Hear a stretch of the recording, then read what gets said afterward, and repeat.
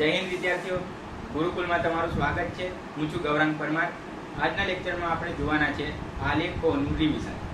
હવે અત્યાર સુધીમાં જેટલા પણ આલેખો આપણે જોયા એ શરૂઆતથી લઈને નિયમિત ગતિથી લઈને નિયમિત વેગી ગતિ, નિયમિત પ્રવેગી ગતિ, વેગ વિરુદ્ધ સમયના આલેખ, સ્થાનાંતર વિરુદ્ધ સમયના આલેખ અને પ્રવેગ વિરુદ્ધ સમયના આલેખ, આ જેટલા પણ આલેખો આપણે જોયા છે અને એ આલેખો એકબીજા સાથે કયા સંબંધમાં છે, આ ત્રણ આલેખ. જે પહેલો આલેખ છે સ્થાનાંતર વિરુદ્ધ સમયનો આલેખ, બીજો છે વેગ વિરુદ્ધ સમયનો આલેખ અને ત્રીજો આલેખ છે પ્રવેગ વિરુદ્ધ સમયનો આલેખ. તો આ ત્રણ આલેખ એકબીજા સાથે કયા સંબંધમાં છે એ આપણે એક સાથે એવા ચારેક કંઈક કિસ્સા છે, એ ચારેક જે કેસ છે એ આપણે જોઈએ અને એ એકબીજા સાથે કયા સંબંધમાં છે એ પણ જોઈએ. તો સાથે સાથે આપણું રિવિઝન બી થઈ જાય અને આપણને ખબર બી પડે કે કયો આલેખ કયા આલેખ સાથે કયા સંબંધમાં છે. ઓકે, તો હવે આપણે આગળ જોઈએ.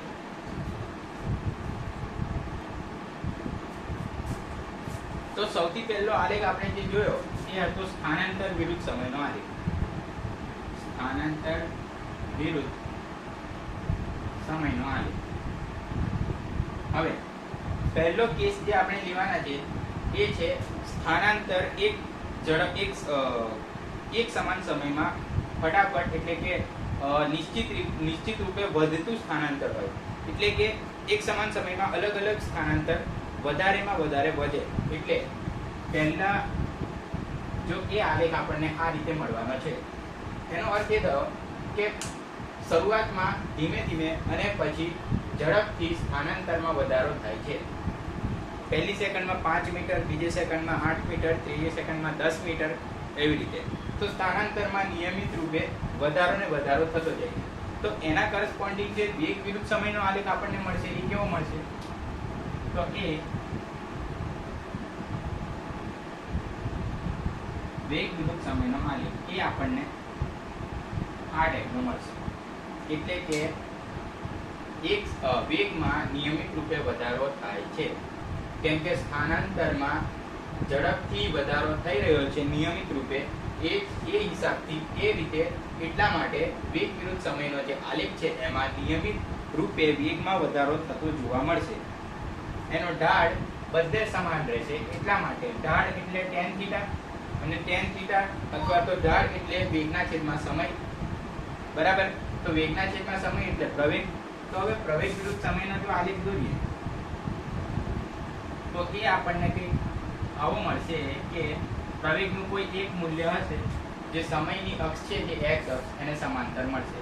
એટલે પ્રવેગનું એક જ મૂલ્ય મળશે અને અચળ પ્રવેગી ગતિ પણ કહેવામાં આવે છે, કારણ કે પ્રવેગ અચળ છે. અચળ એટલે કોન્સ્ટન્ટ, એટલે કે પ્રવેગનું એક જ મૂલ્ય છે. નથી તો પ્રવેગ વધતો કે નહીં પ્રવેગ ઘટતો. પ્રવેગનું આ જે પણ કંઈ મૂલ્ય છે એ મૂલ્ય જળવાઈ રહે છે, એકનું એક જ, એટલે એને અચળ પ્રવેગી ગતિ કીધું. બરાબર. આ પહેલો કેસ થયો, આ પહેલો કિસ્સો થયો. બીજો કિસ્સો,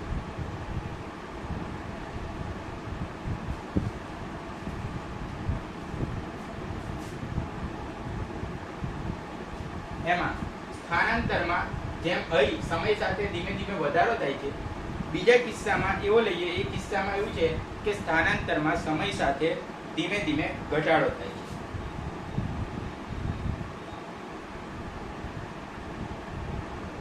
આવી સ્થાનાંતર વિરુદ્ધ સમય. હવે આ ઘટાડો થાય છે એવું આપણને કઈ રીતે ખબર પડે? અને આપણે એવું કઈ રીતે કહી શકીએ કે આ જે આલેખ છે એમાં વધારો થાય છે?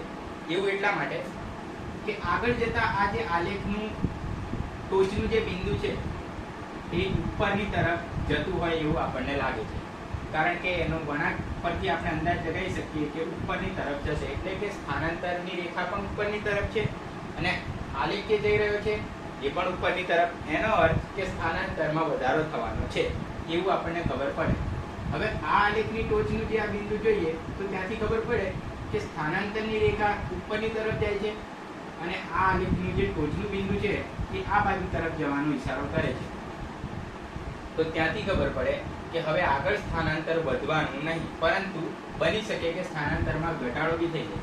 વધવાનું તો નહીં, પણ બની શકે કે ઘટાડો બી થઈ જાય. એટલે ટૂંકમાં ઇન શોર્ટ આપણને એ ખબર પડે કે સ્થાનાંતર હવે વધે નહીં અને કદાચ બની શકે કે ઘટાડો બી થઈ જાય.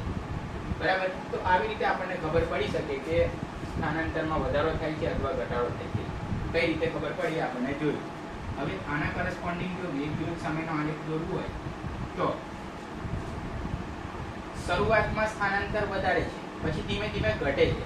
તો જ્યારે સ્થાનાંતર વધારે હશે તો સ્થાનાંતર છેદમાં સમય બરાબર વેગ, એટલે કે વેગ બરાબર સ્થાનાંતરના છેદમાં સમય.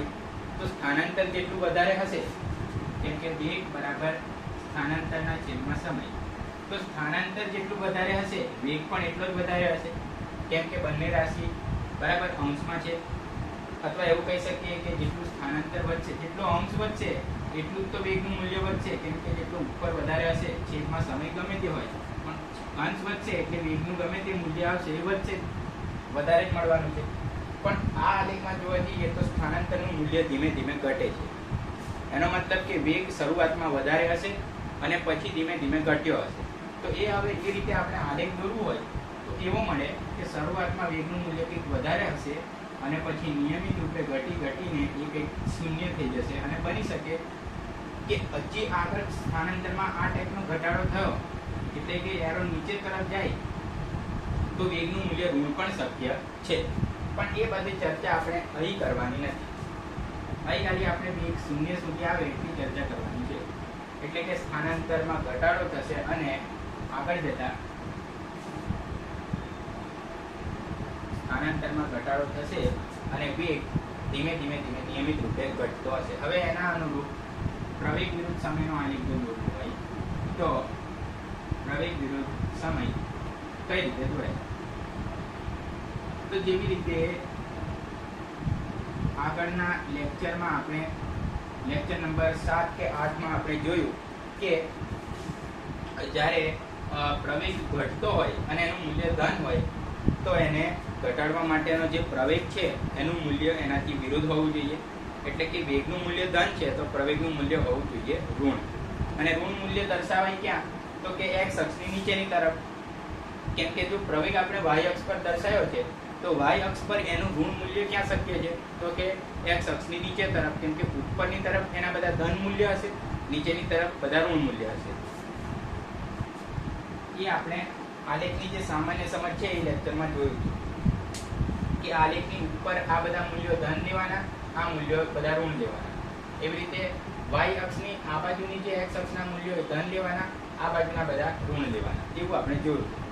તો હવે પ્રવેગને દર્શાવવું હોય તો અહીં કંઈક નીચેની તરફ કોઈક એનું ઋણ મૂલ્ય હશે જે અચળ જળવાઈ રહેશે. એટલે આ પણ અચળ જ પ્રવેગ થયો. એટલે કે આ અચળ પ્રવેગી ગતિ જ છે પણ પ્રતિપ્રવેગી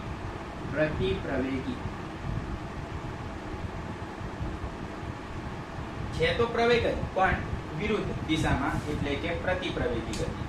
તો આ બે કિસ્સાનો તમારે સ્ક્રીનશોટ લેવો હોય તો લઈ લો.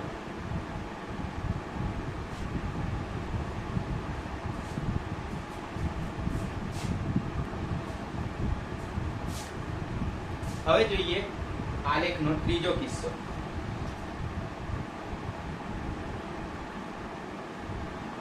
પહેલા કિસ્સામાં આપણે જોયું કે સ્થાનાંતર નિયમિત રૂપે વધે છે, પછી જોયું કે સ્થાનાંતર નિયમિત રૂપે ઘટતું હતું.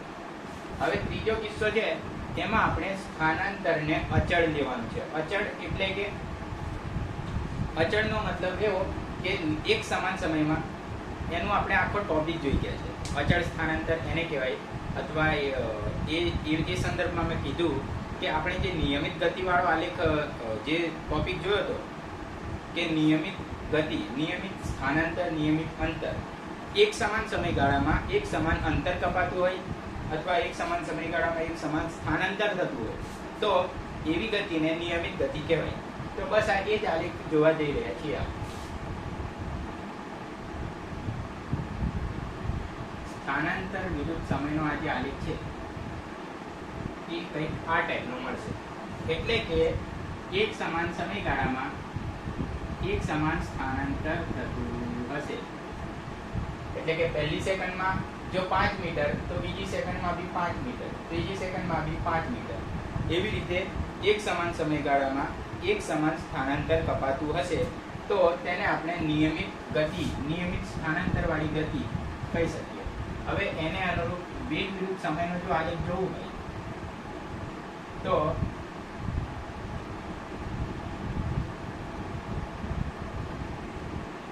વેગ વિરુદ્ધ સમયનો આલેખ.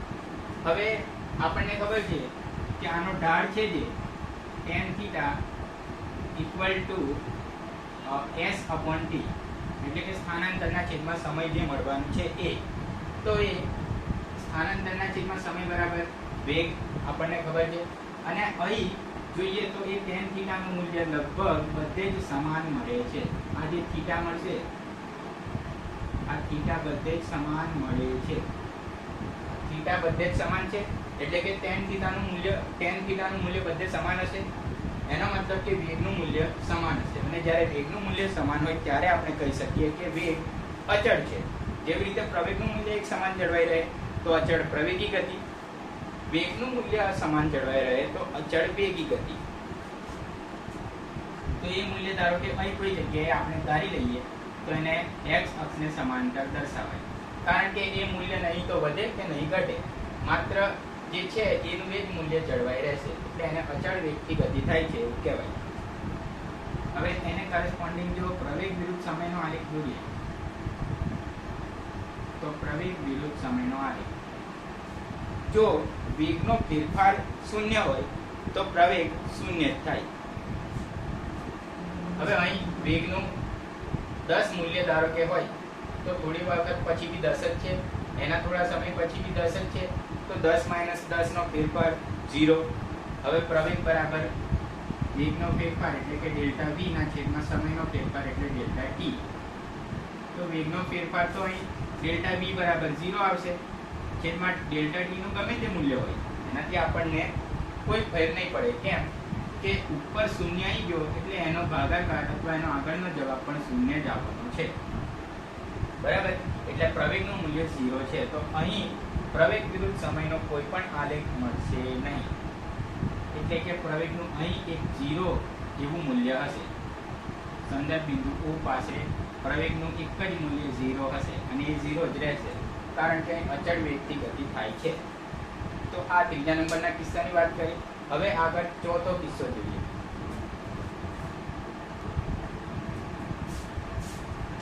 કિસ્સો 4. તો એમાં એવું છે કે સ્થાનાંતર વિરુદ્ધ સમયનો આલેખ. એમાં સ્થાનાંતર અહીં જો દર્શાવીએ ગમે તેનું મૂલ્ય હશે, આપણે હમણાં મૂલ્ય લખવાની કોઈ જરૂર નહીં, હમણાં ખાલી આપણે શીખીએ છીએ એટલે સીધું યાદ રાખવાનું, સીધું સમજવાનું. તો આ મૂલ્ય x અક્ષને સમાંતરને દર્શાવી, એટલે કે સ્થાનાંતર વધતું બી નહીં અને ઘટતું બી નહીં. જે છે કોઈક એનું મૂલ્ય હશે એનું એ જ મૂલ્ય જળવાઈ રહે છે. તો એના માટે વેગ વિરુદ્ધ સમયનો જો આલેખ દોરું, જો વેગ વિરુદ્ધ સમયનો આલેખ દોરીએ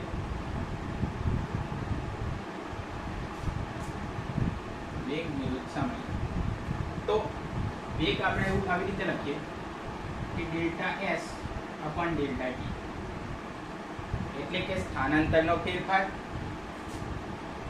છેદમાં સમયનો ફેરફાર, સમયનો ફેરફાર. તો અહીં સ્થાનાંતરનો ફેરફાર જો આપણે જોઈએ તો એકનું એક જ મૂલ્ય જળવાઈ રહે છે. એટલે આના આગળના આલેખમાં જેમ વેગનું મૂલ્ય એકનું એક હતું તો એનો ફેરફાર 0 થયો હતો, એવી જ રીતે અહીં સ્થાનાંતરનું મૂલ્ય સેમ ટુ સેમ છે, એકનું એક જ જળવાઈ રહે છે. એટલે આ આલેખમાં સ્થાનાંતરનો જે ફેરફાર છે એ શૂન્ય આવશે. તો જેવી રીતે શૂન્યના છેદમાં ડેલ્ટા t આગળ આપણે જોયું એવી રીતે અહીં પણ એનો જવાબ શૂન્ય જ રહેશે.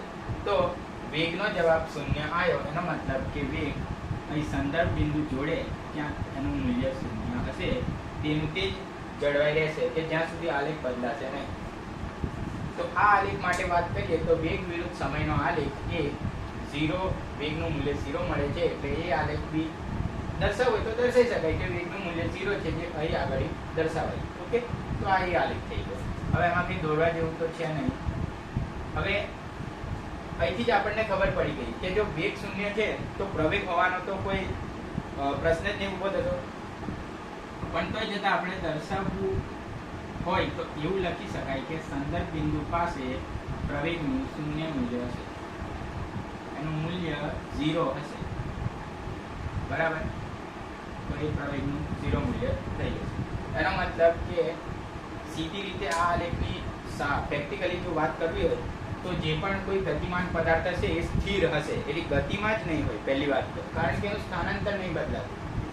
એટલે આ કોઈ પણ જેટલું પણ સ્થાનાંતર એણે કર્યું છે એટલું સ્થાનાંતર કરીને એ પદાર્થ સ્થિર થઈ ગયો હશે, એ બંધ થઈ ગયો હશે. જેમ કે વાહન હોય તો એની સ્વિચ બંધ કરી દઈએ, એની ચાવી આપણે કાઢી લઈએ તો એ વાહન ત્યાંનું ત્યાં પડી રહે.